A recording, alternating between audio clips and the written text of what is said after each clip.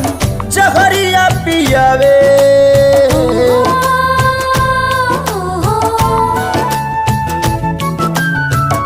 पल पल सतावी ऐसन जहरिया पियावे।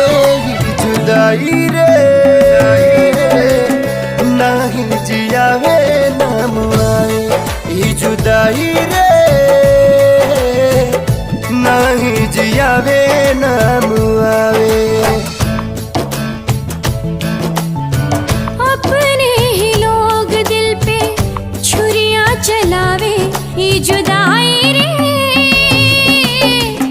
ना तो जियावे ना मुआवे। ई जुदाई रे ना तो जियावे ना मुआवे।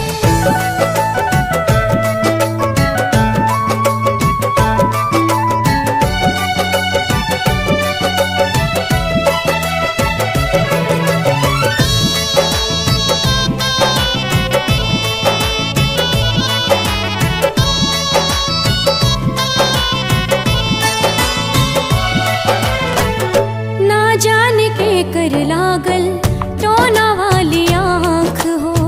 जिनगी नात कोयला बनल नात बनल राख हो।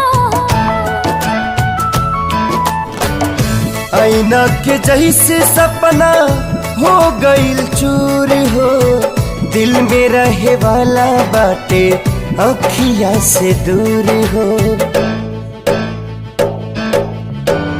जन्नत सा जिंदगी के जहनुम बनावे।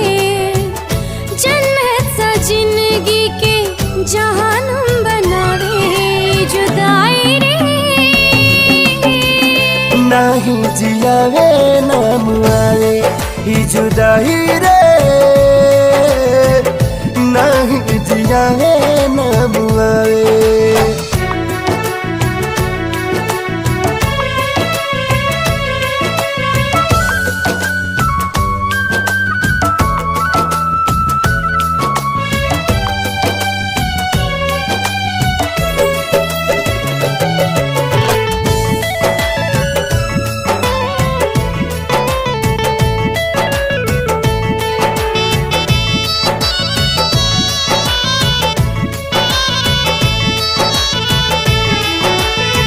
होता बर्दाश्त नाही हमदम से दूरी।